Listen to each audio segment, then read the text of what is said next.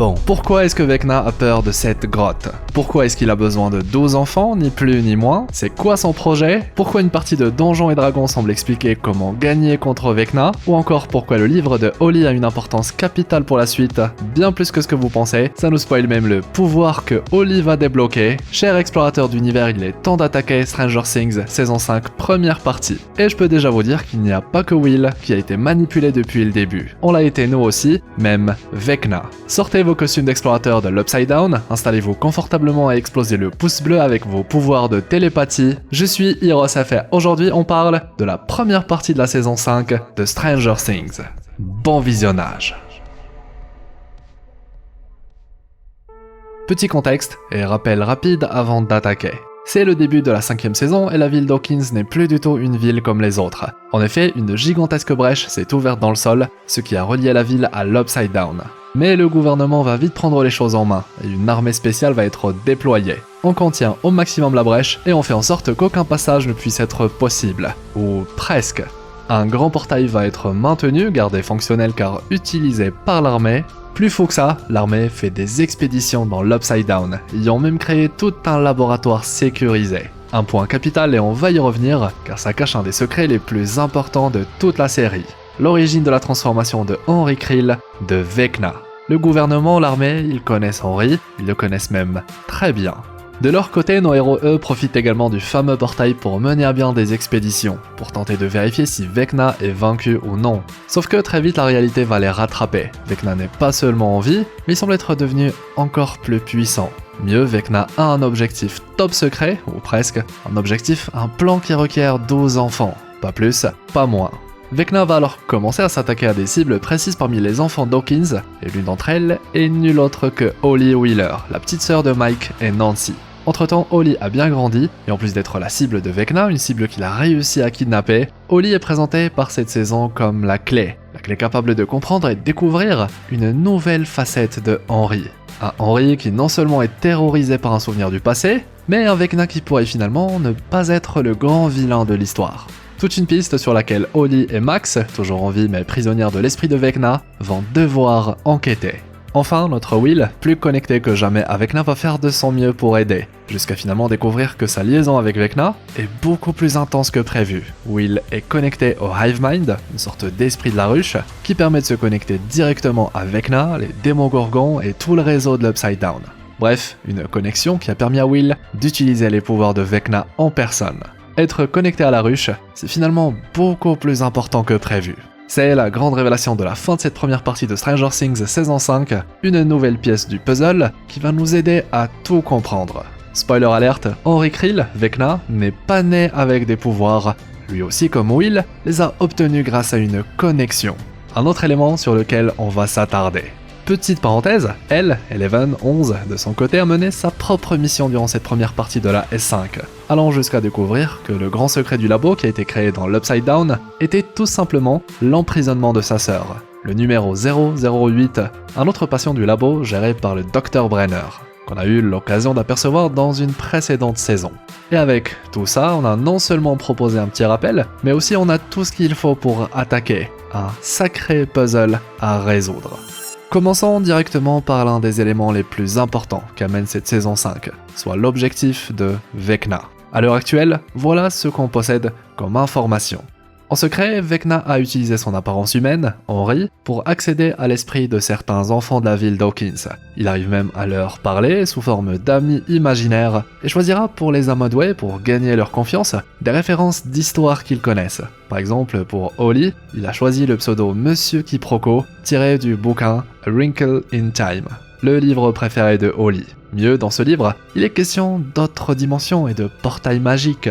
Bref, c'est parfait pour réussir à convaincre un enfant qu'il est en pleine aventure. Et surtout que Henry est un gentil monsieur prêt à les aider contre les monstres. Et ça marche. Holly tombe dans le piège, elle mais aussi 3 autres enfants avant elle. Un petit peu plus tard dans la saison, on a même quelques images de la réelle situation des enfants kidnappés par Henry, un endroit bizarre où chaque enfant est relié à une colonne, au centre d'une pièce qui servira à emprisonner 12 enfants au total, ni plus ni moins. Le fameux projet de Vecna. Quant aux enfants kidnappés par Vecna via les démons Gorgons, eux, une fois connectés à l'esprit de la ruche, connectés à l'esprit de Vecna, ils sont alors accompagnés par Henri dans un endroit paisible, une sorte de souvenir où les enfants peuvent rester, se reposer, jouer en attendant que les autres enfants n'arrivent sur place. Pour Holly, c'est du coup la maison de Henry Krill, un choix qui a beaucoup de sens lorsqu'on remarque que Holly ressemble beaucoup à la sœur de Henry. À partir de là, on va avoir le droit à deux pistes principales. D'un côté, à l'intérieur de l'esprit de Henry ou Vecna, on a toute une partie dédiée à Max, où elle comprend qu'elle peut accéder à certains souvenirs d'Henry, le labo du Dr Brenner, l'école ou encore une fameuse grotte qui terrorise Henry. Max peut explorer l'esprit de Vecna. C'est d'ailleurs ce qui va l'amener à rencontrer Holly pour l'aider et surtout lui expliquer les dangers que Henry représente. Toute une partie de l'histoire qui se déroule dans une sorte de monde des rêves, l'esprit de Vecna, ses souvenirs, etc. Car souvenez-vous, toutes les victimes de Vecna, même si elles mortes, restent dans sa tête, ce qui explique pourquoi Max s'est retrouvé là-bas. Et ce qui pourrait également expliquer pourquoi un autre personnage pourrait également s'y retrouver. La deuxième piste, elle, c'est dans le vrai monde qu'elle a lieu. Nos héros découvrent que Vecna s'attaque aux enfants, et grâce à Will et sa connexion avec l'esprit de la ruche, nos héros comprennent que Vecna souhaite capturer 12 enfants, et les placer dans une sorte d'hôtel, et ce pour mener à bien un objectif top secret, une sorte de rituel. Comme Will avant eux, les enfants capturés sont reliés à l'Upside Down, et à Vecna via des tubes organiques. Quant à l'endroit où se trouvent les enfants, c'est semble-t-il un endroit qui ne ressemble à rien de ce qu'on connaît. Maintenant, là où le tout devient très intéressant, c'est lorsqu'on découvre que pour les deux pistes évoquées, nous avons le droit à un indice, un énorme indice. Pour la partie consacrée à Holly et Max, il s'agit sans surprise du fameux bouquin, un raccourci dans le temps en français. Un bouquin qui pourrait cacher pas mal de révélations, en commençant par son titre, mais ça on va y revenir juste après. Avant ça, petit résumé rapide de ce que raconte cette histoire, un bref récap. Dans A Wrinkle in Time, un raccourci dans le temps, on suit une jeune fille, Meg, son petit frère et un garçon qui vont être entraînés dans un voyage à travers l'espace, le temps et surtout les dimensions. Ils sont guidés par 3 entités mystérieuses capables de se déplacer à travers ce qu'elles appellent un Tesseract, et dont l'histoire c'est tout simplement un raccourci dans l'espace-temps, un moyen de passer instantanément d'un point de l'univers à un autre, voire d'une dimension à une autre. Mais ce voyage n'a pas qu'un but d'exploration. Les enfants doivent affronter une entité maléfique, une force invisible qui contrôle les esprits, une présence qui n'a pas vraiment de corps mais qui agit à travers une conscience collective, un esprit de la ruche. Et là, déjà les parallèles avec Stranger Things deviennent troublants. Dans la série, qu'est-ce qu'on a ? Une autre dimension, l'Upside Down, des portails pour y accéder, une entité centrale, le Mind Flayer qui agit à travers un réseau, une ruche, un esprit collectif, et surtout on a des enfants utilisés comme clés, comme catalyseurs. Et là où ça est encore plus fort, c'est que Vecna ne choisit pas ce livre au hasard pour Holly. Il l'utilise comme une sorte de clé psychologique. Il se présente à elle sous l'apparence de Monsieur Quiproquo, une référence directe à cet univers qu'elle adore, univers de voyage, de magie et de dimensions inconnues. Du coup pour Holly, c'est pas un monstre, c'est un personnage d'histoire, un guide, un ami imaginaire. Et qu'est-ce qu'on trouve en explorant la vie d'un autre enfant ciblé par Vecna ? Là aussi, un élément du même bouquin, cette fois le fameux Tesseract. L'objectif est clair, la stratégie de Vecna, c'est pas d'effrayer les enfants, c'est de les faire rêver. Et là, on comprend quelque chose de très important. Si ce livre est autant mis en avant dans la saison 5, c'est pas juste un clin d'œil, c'est un mode d'emploi caché, de ce que la série est en train de raconter. Sauf que, si on arrive facilement à connecter plusieurs éléments entre eux, entre bouquin et série, il reste un élément flou, le raccourci dans le temps. En effet, il manque un voyage dans le temps dans l'histoire, tout le reste y est déjà. Et si plusieurs fans pensent que ce voyage dans le temps va avoir lieu dans la suite, la réalité c'est que ce voyage, on l'a déjà vu dans la série. En effet, lorsque Max explore l'esprit d'Henry, elle arrive à visiter son passé, littéralement. Elle visite des souvenirs, pas sous forme de vision, elle en fait complètement partie. Bien sûr, elle ne va pas jusqu'à les modifier, mais presque, car elle arrive à interagir avec des éléments du passé. Bizarre, non ? Le voilà, en réalité notre premier voyage dans le temps, et sûrement loin d'être le dernier. Parce que cette saison 5 va venir ajouter une couche d'explication, mettant en avant le trou de verre, un concept phare qui non seulement va expliquer ce qu'est l'Upside Down, mais aussi le réel objectif de Vecna. Je cite, « Un trou de verre, pensez à tous les endroits où l'humanité pourrait aller, même une autre temporalité. » Si la série voulait pas qu'on parle de voyage dans le temps, je vois pas ce que cette scène fait dans la saison 5. Du coup, le voilà, notre élément manquant, le raccourci dans le temps. Maintenant, reste à voir son utilité dans la série, dans le sens où un voyage dans le temps, comme on l'a vu, peut être symbolique, ou à l'image de ce que Max a fait, mais aussi il peut être beaucoup plus littéral.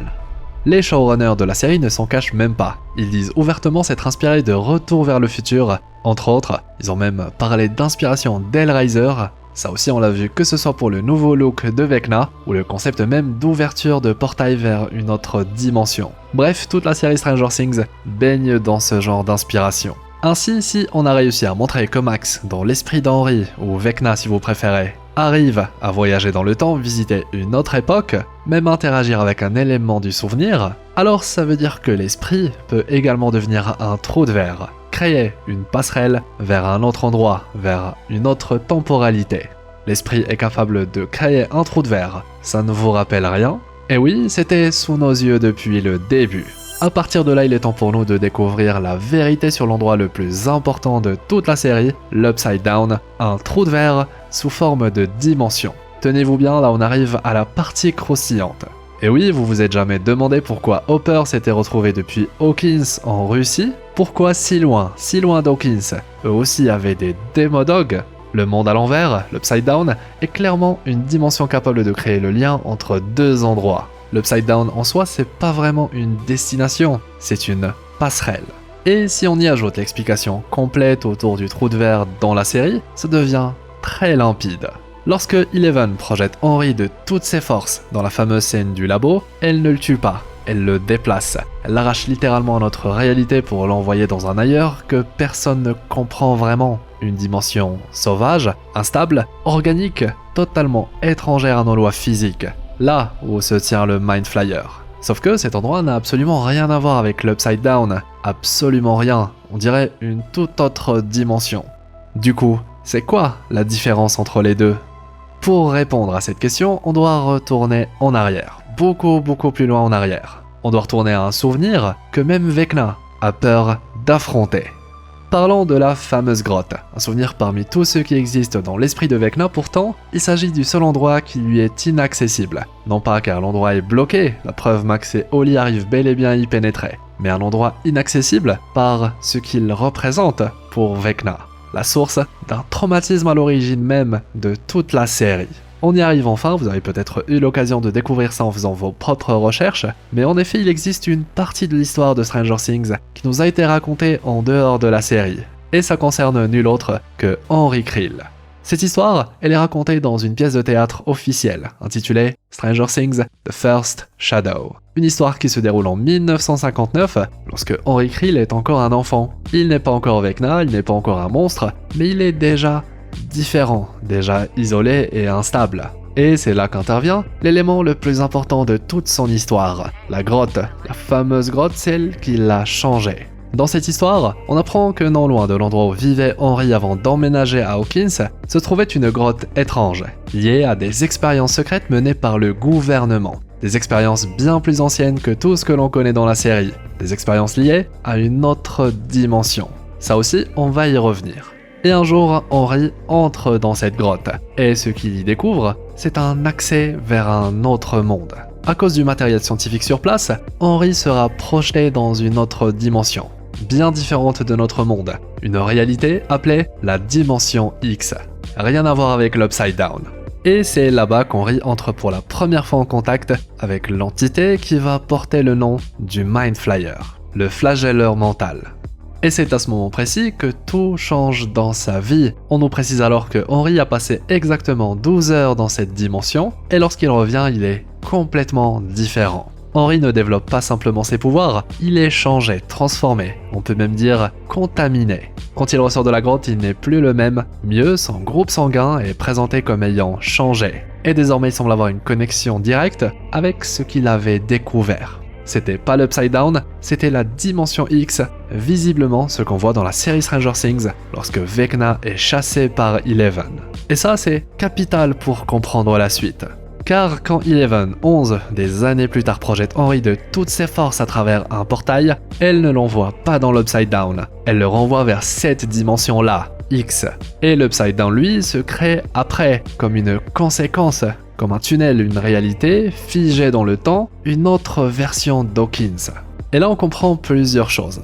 Déjà, l'origine de la peur de Vecna, puisque c'est dans la grotte qu'il subit l'événement qui va le changer. Un véritable traumatisme. Mieux, comme Eleven avant lui, il a complètement oublié cette partie de son passé, exactement comme Eleven avec l'incident du labo. Henry lui avait un incident avec la grotte.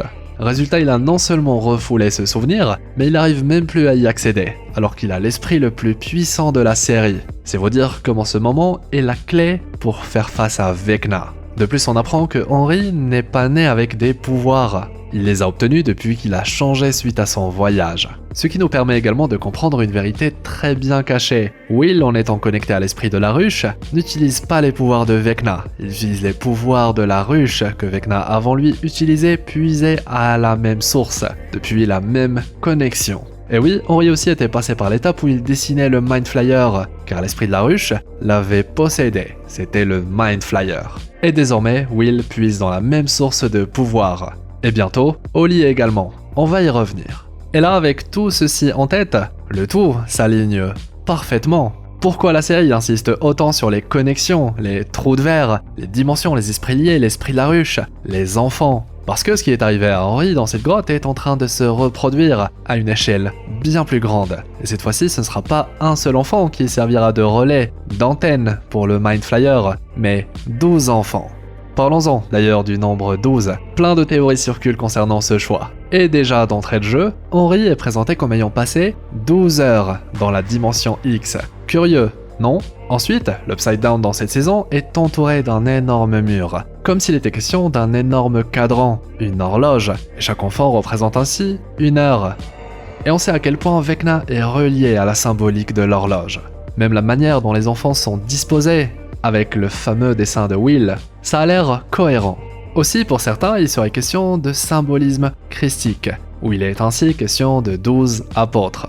Mais pour ma part, et vu comment le tout, absolument le tout mène au Mind Flyer, même Vecna, souvenez-vous, il est décrit par les enfants durant une partie de Donjons et Dragons comme le général 5 étoiles du Mind Flyer, son atout, eh bien j'ai creusé l'idée, je suis parti vérifier dans les images où on peut voir le Mind Flyer le plus clairement possible, et surprise, il a exactement 12 tentacules, ni plus ni moins. 4 grandes tentacules composées chacune de 3 autres. Un enfant par tentacule, un enfant par pilier, puisque le dessin que fait Will est littéralement sous forme du Mind Flyer. Et c'est loin d'être le seul indice. La grotte, la fameuse, elle aussi, elle ressemble au Mind Flyer. De toute manière, je suis tellement matrixé par le Mind Flyer que je le vois partout, même le soir avant de dormir. Là, actuellement, il est au plafond. Mais du coup, pourquoi 12 enfants? C'est quoi l'objectif de Vecna? Eh bien, c'est ouvrir l'Upside Down. L'ouvrir comme le trou de verre qu'il était initialement, pour créer un lien entre notre monde et la dimension X, où le Mind Flyer réside. Vecna, Henry, veut premièrement créer une passerelle entre le trou de verre et la demeure du Mind Flyer, pour ensuite créer un passage entre ce monde et le nôtre. Et pour ce faire, il a besoin de l'énergie de 12 enfants, aussi puissants que lui, tous connectés à l'esprit de la ruche, au Mind Flyer. 12 enfants qui ensemble forment un catalyseur capable de créer un portail permanent. Créer un accès direct entre l'Upside Down et cette mystérieuse dimension. 12 enfants qu'il a déjà conditionnés, préparés pour un voyage dans une autre dimension. Et ce en utilisant le pseudo Monsieur Quiproquo, car dans la même histoire que un raccourci dans le temps, les enfants ouvrent un portail vers un autre monde. Très très fort ce Henry. Et vous savez quoi? Vecna a découvert tout cela grâce au Dr Brenner. Ce qui nous amène à traiter de notre dernière théorie pour répondre au plus grand mystère de la série, une théorie que j'ai baptisée la théorie du parallélisme. Bien avant Henry, qui cherche à créer 12 enfants dotés de capacités surnaturelles et les utiliser pour créer un passage vers un autre monde, il y avait le Dr Brenner. Et lui aussi avait des enfants qu'il voulait utiliser pour une expérience, sauf qu'on n'a jamais réussi à savoir pourquoi. Juste créer des enfants ultra puissants à des fins militaires, ok, mais ça c'est la réponse facile, la réponse officielle. Officieusement, le Dr Brenner faisait bien avant Henry la même expérience, et voulait à son tour créer un lien vers la dimension X. Car je vous ai dit que le gouvernement était déjà au courant de tout, Souvenez-vous, ce sont les expériences du gouvernement qui vont mener Henry à devenir ce qu'il est aujourd'hui. Pour que plus tard, Brenner tente le tout pour s'accaparer Henry, en faire son numéro 001, celui qui pouvait lui ouvrir la porte. Et aujourd'hui, avec le même pattern, la même formule, 12 nouveaux enfants avec à leur tête un numéro 1 unique en son genre, Vecna reprend la place du Dr Brenner pour mener à bien une nouvelle expérience. Depuis le tout début de la série, l'Upside Down n'a jamais été la destination, l'endroit important. C'était juste un outil capable d'ouvrir la porte vers la vraie destination. Petite parenthèse, cette idée d'une expérience qui se répète entre le Dr Brenner et Henry possède même une couche de révélation cachée, parce que Brenner était fasciné par cette dimension X, et ce parce que le père de Brenner y était lié. En effet, dans la pièce de théâtre qu'on a déjà explorée, on apprend également que le père de Brenner travaillait déjà sur des expériences liées à une autre dimension, bien avant les événements de la série. Il faisait partie des tout premiers scientifiques à s'être approchés de ce monde parallèle. Brenner a donc grandi avec cette idée dans la tête, cette fascination pour l'autre côté. Une fascination qui ne sort pas de nulle part. Et justement, la suite de la saison 5 pourrait revenir sur tout ceci, car si la première partie a déjà permis de créer un lien avec, entre autres, la présence de la grotte, comme on l'a vu, il y a encore pas mal de choses à explorer, cette fois dans la série. D'ailleurs, vous l'aurez remarqué, toute cette histoire rappelle là aussi le fameux livre raccourci dans le temps, comme quoi on avait raison de s'intéresser à ce bouquin. Et puis on l'avait dit que le gouvernement était au courant de bien plus de choses que prévu, comme Henry le connaissait très bien, d'où l'intérêt de Brenner pour ce dernier, celui qui avait visité la dimension X et en était revenu vivant. Le Dr Brenner et Henry, le patient 001 est le premier enfant choisi, une expérience pour créer un lien avec une autre dimension. Et 12 enfants, des enfants au potentiel hors du commun, l'histoire a en effet l'air de se répéter. Faisons maintenant un petit bref tour du côté des éléments teasés dans la première partie et qui vont pouvoir être très importants dans la suite. Comme le fait que Holly est décrite par Mike comme une clerc. Il disait même qu'elle avait un pouvoir de protection, Holly l'héroïque. Donc je peux déjà vous dire qu'elle sera la suivante sur la liste des enfants qui, connectés à l'esprit de la ruche, vont réussir à avoir des pouvoirs comme Will. Visiblement, elle pourra protéger, du moins c'est ce que suggère la série, à l'inverse d'un Will qui attaque, on va dire. Et puis Mike va ajouter que Holly l'héroïque est même capable de créer une porte dimensionnelle. Donc sûrement qu'elle va pouvoir avoir le droit d'ouvrir des portes entre l'Upside Down et le vrai monde, ou pourquoi pas entre l'esprit de Vecna et notre monde. À croire que chaque enfant va posséder une partie des pouvoirs qu'offre le Mind Flyer via l'esprit de la ruche. Un autre élément très important, c'est le voyage dans le temps, qui pourrait finalement se révéler plus important que prévu. Un Henry qui retourne dans le passé pour s'empêcher d'entrer dans la grotte, c'est une idée qui pourrait avoir sa place. Pareil pour les gosses, qui via un voyage dans le temps pourraient régler tous les problèmes et se retrouvèrent autour d'une bonne partie de Donjons et Dragons. C'était très commun comme fin pour plein d'histoires dans les années 80, et la série Stranger Things pourrait y faire allusion, même si je comprends que pour beaucoup de personnes, le concept du voyage dans le temps, c'est pas forcément ce qui leur plaît le plus. Autre chose, c'est le fait que les personnes tuées par Vecna restent dans sa tête. C'est en tout cas ce qu'il avait dit, et couplé à certaines folles théories, il se pourrait qu'un certain Eddie puisse revenir nous hanter. J'avais à l'époque fait toute une théorie sur son retour, et j'estime que c'est toujours d'actualité. Même mieux que jamais. Enfin, la série nous a peut-être déjà spoilé comment est-ce que nos héros vont gagner contre Vecna, et ça se déroule durant la partie de Donjons et Dragons au tout début de la saison 4, avec Eddie et les autres. Ils se battent justement contre Vecna, et ils lancent un dé. Le résultat, un 11. Comme par hasard, sauf que c'est pas suffisant. Alors arrive un autre dé. La série suggère qu'il s'agit d'un 8, et pour les fans, ce serait un indice. En résumé, 11 plus 8 qui est de retour, plus 1 qui est censé être Will, le numéro 001 de Vecna, et voilà, ça donne un 20, un coup critique dans le jeu de rôle en question. De quoi terrasser Vecna une bonne fois pour toutes. Perso, j'aime bien ce genre de théorie. Et avec tout ça, on aura pas mal exploré cette première partie de Stranger Things saison 5, avec une bonne partie dédiée à Henry, enfin Vecna, ainsi que son fameux plan. D'ailleurs, l'une des preuves qui va en accord avec ce qu'on a exploré, c'est cette image, présente dans le trailer de la saison 5. Car si l'Upside Down, déjà connecté à Hawkins, a réussi à en copier les spécificités, un endroit figé dans le temps, un miroir d'Hawkins, ici l'Upside Down est pour la toute première fois montré avec des spécificités de la dimension X, visitée par Henry. On y voit les fameux rochers volants, Comme si l'Upside Down, notre passerelle entre les mondes, avait cette fois été connectée à la demeure du Mind Flyer. Comme si Henry avait réussi, le fameux portail serait créé et l'Upside Down aurait bel et bien été transformé. Ou du moins c'est mon interprétation personnelle, et justement, je suis très curieux de connaître la vôtre. Toute la vidéo c'est un petit peu mes folles idées, qui sait peut-être inspiré par le Mind Flyer. Pour ne rien vous cacher, j'ai encore beaucoup de choses à dire sur cette saison 5, mais une vidéo encore plus longue, c'est peut-être un peu trop. Du coup, je vous donne rendez-vous après la deuxième partie, la vraie fin de Stranger Things saison 5, et là on va envoyer un final qui aura bien besoin d'une sacrée exploration. Pour aujourd'hui, on s'arrête là, sinon on va finir sur des théories où le prof qui explique les trous de verre, c'est Mike du futur, revenu dans le passé. Et j'espère que cette vidéo vous aura plu. Pour vous, c'est Vecna ou le Mind Flyer le grand vilain? Vous pensez que Eddie va encore revenir? Et s'il y a des morts, vous pensez que ce sera qui? Vos retours, vos idées, vos théories pour la suite? L'espace commentaire est là pour ça, et ça aide la vidéo pour le référencement. Un très grand merci. En plus, vous êtes restés jusqu'au bout, vous êtes vraiment les meilleurs. Je compte sur vous pour le pouce en l'air, le fameux pouce bleu de l'Upside Down. C'est très important pour soutenir la chaîne et m'encourager pour explorer plusieurs belles choses. Et si c'est votre première fois sur la chaîne ou si ce n'est toujours pas fait, abonnez-vous, objectif 350 000 explorateurs. Par ici, je vous envoie vers une belle vidéo. Quant à moi, eh bien, je vous souhaite une belle journée ou une agréable soirée. C'était Hirosef, votre explorateur d'univers préféré, pour vous servir.